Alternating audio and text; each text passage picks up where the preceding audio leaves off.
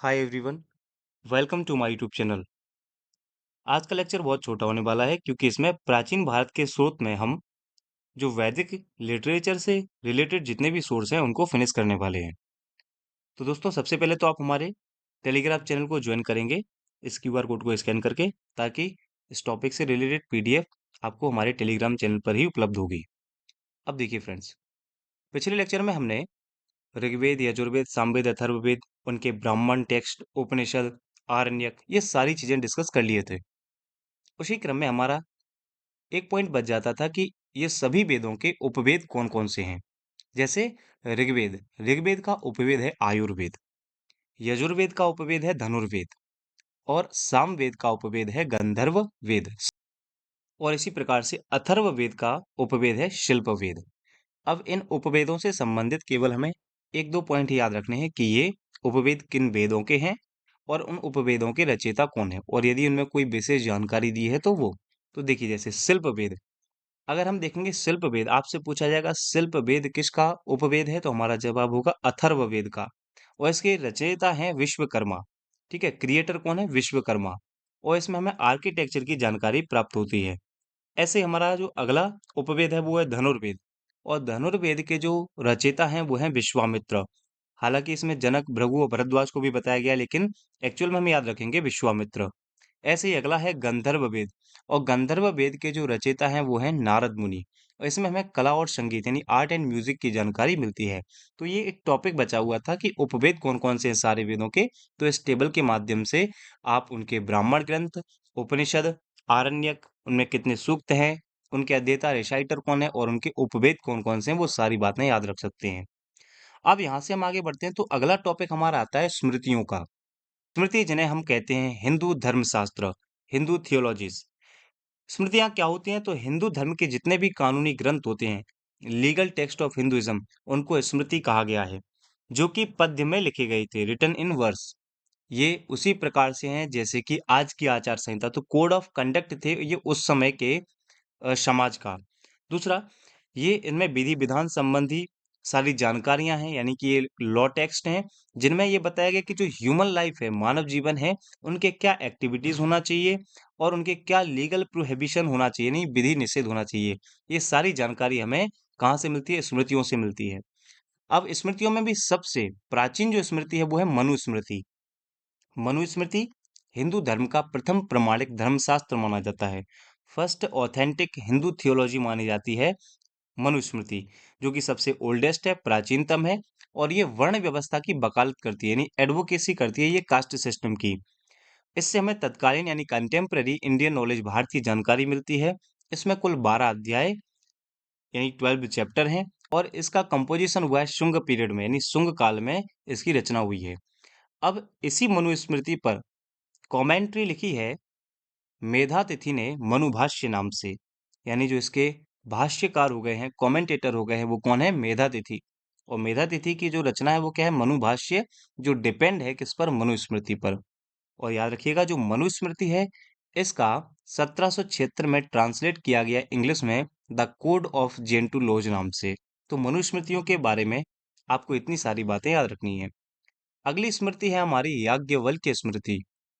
इसमें सबसे पहले विधवाओं को संपत्ति में अधिकार हो ये बात की गई है, यानी देखिए इतने प्राचीन समय में भी विधवाओं को संपत्ति में अधिकार हो इसकी चर्चा हमें देखने को मिलती है। जो याज्ञवल्क्य स्मृति है ये मौर्य उत्तर काल यानी पोस्ट मौर्यन एज का माना जाता है और इसमें कहा गया है कि giving gambling under state control and establishing it as a source of state income, यानी कि जो द्रुत कीड़ा है, जो जुआ है, उसको राज्य के नियंत्रण में रखकर उसे राज्य के आय का साधन बताया। और याज्ञवल्क्य स्मृति पर जो टीका यानी कि जो कमेंट्री की है वो आचार्य विज्ञानेश्वर ने की है और किस नाम से? मिताक्षरा। तो मिताक्षरा में जानकारी हमें ये देखने को मिलती है। याज्ञवल्क्य स्मृति के बाद जो अगला है वो है नारद स्मृति। नारद स्मृति ऐसी स्मृति इसमें सबसे पहले दासों की बात की गई, स्लेव्स पर चर्चा की गई है। नारद स्मृति में ही हमें रीमैरिज यानी पुनर्विवाह की जानकारी मिलती है और नारद स्मृति की जो रचना है वो गुप्त पीरियड यानी गुप्त काल की मानी जाती है। साथ में इसमें ही कहा गया है जो दीनार वर्ड का यूज किया गया है, जो कि गोल्डन कॉइन यानी स्वर्ण मुद्रा के लिए यूज होता है। अगली जो स्मृति है वो है देवल स्मृति। देवल स्मृति में बताया गया है, नियम बताए गए हैं किसके, फॉर री एंटरिंग हिंदुइज्म, यानी पुनः हिंदू धर्म में प्रवेश करने के जो नियम है वो हमें देवल स्मृति में देखने को मिलते हैं, और ये पूर्व मध्यकाल में इसकी रचना मानी जाती है, प्री मेडाइवल पीरियड में। और अगली स्मृति है विष्णु स्मृति। विष्णु स्मृति जो कि गद्य में, यानी सारी स्मृतियां पद्य में लिखी हुई हैं, और एकमात्र स्मृति जो गद्य में लिखी है वो है विष्णु स्मृति। इसमें 4 वर्ण की बात की गई है, ब्राह्मण, क्षत्रिय, वैश्य, शूद्र, और आश्रम व्यवस्था, यानी कि आश्रम में ब्रह्मचर्य, गृहस्थ, वानप्रस्थ और संन्यास की बात की गई है। इसी में कहा गया है कि अगर कोई व्यक्ति अपराध करता है तो उसके लिए दंड देना है, यानी पनिशमेंट फॉर क्राइम। 16 संस्कारों की बात हमें इसमें देखने को मिलती है। संपत्ति के विभाजन की जानकारी, यानी डिवीजन ऑफ प्रॉपर्टी, हमें इसमें देखने को मिलती है। साथ में टाइप्स ऑफ मैरिज, यानी विवाह के प्रकार की जानकारी मिलती है। ज्वाइंट फैमिली, संयुक्त परिवार की जानकारी, और माता पिता और आचार्य का सम्मान करना चाहिए, respect of parents and teacher. ये सारी जानकारियां हमें विष्णु स्मृति से देखने को मिलती हैं। और यहाँ हमारा अगला जो वैदिक लिटरेचर के संदर्भ में हमारा सीक्वेंस चल रहा है, उसमें ये स्मृतियों वाला टॉपिक हमारा फिनिश होता है। तो इनसे कभी कभार आपको 1-2 क्वेश्चंस देखने को एग्जाम में मिल जाएंगे। अब अगला है हमारा पुराण।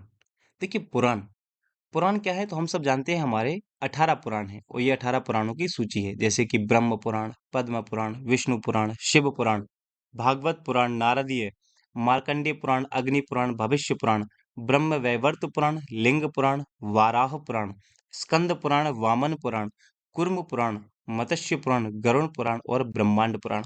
ये 18 आप एक सीक्वेंस में सरसरी निगाहों से देख लेंगे, और इसलिए आपको ये 18 के 18 पुराण याद रखने हैं कि कभी कभार एग्जाम में प्रश्न आ जाएगा और कह देंगे कि निम्नलिखित पुराणों की सूची में कौन सा हमारे 18 पुराणों में सम्मिलित नहीं है। तो ऐसे क्वेश्चन को सॉल्व करने के लिए हमें सबसे पहले इन 18 पुराणों का एक थोड़ा सा नॉलेज, जनरल नॉलेज होना चाहिए कि इस नाम का कोई हमारे यहाँ पुराण है। तो इसलिए बस एक थरोली आप इनको फास्ट रीडिंग कर लेंगे एक बार। अब देखिए, जो पुराण है इनके रचयिता हैं लोमहर्ष, और उनके पुत्र उग्रश्रवा, यानी जो लोमहर्ष ऋषि हैं और उनके पुत्र हैं सन उग्रश्रवा, उन्होंने इनकी रचना की है 18 पुराणों की। संख्या कितनी है? 18। चूंकि हम पढ़ रहे हैं कि source of Indian ancient history, यानी कि हमारे प्राचीन भारत की जानकारी का स्रोत क्या है, तो उस क्रम में हमें वो जानकारी कहाँ-कहाँ से प्राप्त हो रही है, उस सीक्वेंस में हमने ऋग्वेद देखे, यानी सारे वेद, फिर ब्राह्मण ग्रंथ। उसी प्रकार से इन पुराणों में से केवल ऐसे 5 पुराण हैं जिनसे हमें राजाओं की वंशावली देखने को मिलती है। यानी हमें जो किंग हैं, उनकी जानकारी देखने को मिलती है। वो 5 पुराण कौन-कौन से हैं? मत्स्य पुराण, वायु पुराण, विष्णु पुराण, ब्राह्मण पुराण और भागवत पुराण।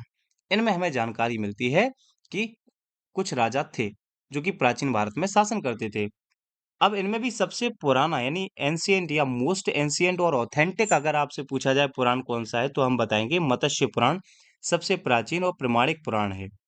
और भारतीय ऐतिहासिक कथाओं का क्रमबद्ध हमें जो विवरण मिलता है वो इन्हीं पुराणों से देखने को मिलता है।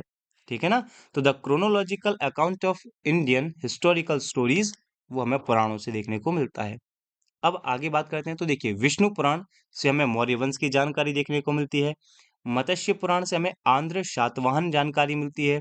वायु पुराण से गुप्त वंश की, और अग्नि पुराण से हमें एग्रीकल्चर और मोनार्क यानी राजतंत्र और कृषि की जानकारी देखने को मिलती है। आई होप ये सारी बातें आपको क्लियर होंगी। तो यहाँ हमारे पुराण फिनिश हुए, और अब बात करते हैं हम एपिक यानी कि महाकाव्यों की। देखिए, हमारे 2 महाकाव्य हैं रामायण और महाभारत। इनसे भी हमें कुछ राजाओं की वंशावली की जानकारी मिलती है। जैसे आप देखेंगे कि 2 महाकाव्य महाभारत और रामायण अंततः 400 ईस्वी तक संकलित किए गए थे, यानी the two epics Mahabharata and Ramayana seems to have been finally compiled by 400 AD. अब देखिए, जो महाभारत है वो 10वीं शताब्दी ईसा पूर्व से लेकर 4ठी शताब्दी ईस्वी तक की स्थिति को दर्शाता है, यानी the Mahabharata reflect situations from the 10th century BC to 4th century AD. मूल रूप से जो महाभारत है इसमें 8800 श्लोक, यानी 8800 श्लोक थे, यानी originally it consisted of 8800 versus. तब इसे जय संहिता नाम से जाना जाता था, एंड वाज कॉल्ड जय संहिता। अब अंतिम संकलन यानी कि फाइनल जो इसका कंपाइलेशन हुआ है, उसमें इनकी संख्या 1 लाख हो गई, 1 लाख हो गई, which came to be known as the Mahabharata. और अब इसे महाभारत या सत सहस्त्री संहिता के नाम से भी जाना जाता है, और दी सत सहस्त्री संहिता। जबकि जो हमारी रामायण है उसमें मूल रूप से यानी ओरिजिनली 12,000 श्लोक थे, यानी 12,000 वर्सेस थे, जिन्हें बाद में बढ़ाकर 24,000 कर दिया गया है, विच वर लेटर रेज्ड टू 24,000। ऐसा लगता है कि इसकी रचना महाभारत के बाद की गई और बताया जाता है कि जो रामायण है, वो ये बताया जाता है कि इसकी रचना महाभारत के बाद हुई है। अब हम जनरली एक-एक पॉइंट इनके बारे में देख लेते हैं। जैसे रामायण, रामायण के रचनाकार और काल, तो रामायण के रचनाकार हैं महर्षि वाल्मीकि, वहीं महाभारत के रचयिता हैं महर्षि वेदव्यास।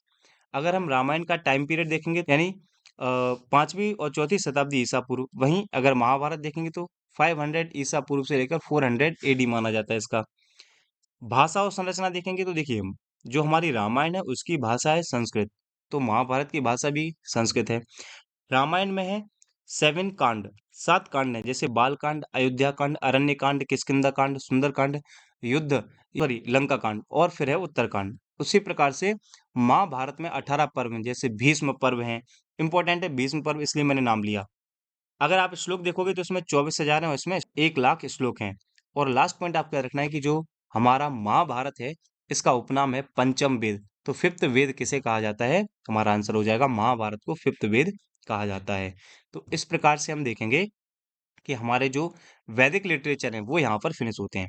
अब जो हमारा नेक्स्ट लेक्चर रहेगा उसमें हम बौद्ध और जैन साहित्य को फिनिश करेंगे। उसके बाद हमारा लिटरेचर सोर्स जो है वो कंप्लीट हो जाएगा। फिर हम आर्कियोलॉजिकल सोर्सेज पे आएंगे, कॉइन्स वगैरह देखेंगे। आई होप ये पॉइंट्स आपको समझ में आए होंगे। उम्मीद है आपको ये लेक्चर पसंद आया होगा। तो वीडियो को लाइक करें, कमेंट करें, ज़्यादा से ज़्यादा अपने दोस्तों के साथ शेयर करें। मिलते हैं नेक्स्ट वीडियो में, तब तक अपना ध्यान रखें। धन्यवाद।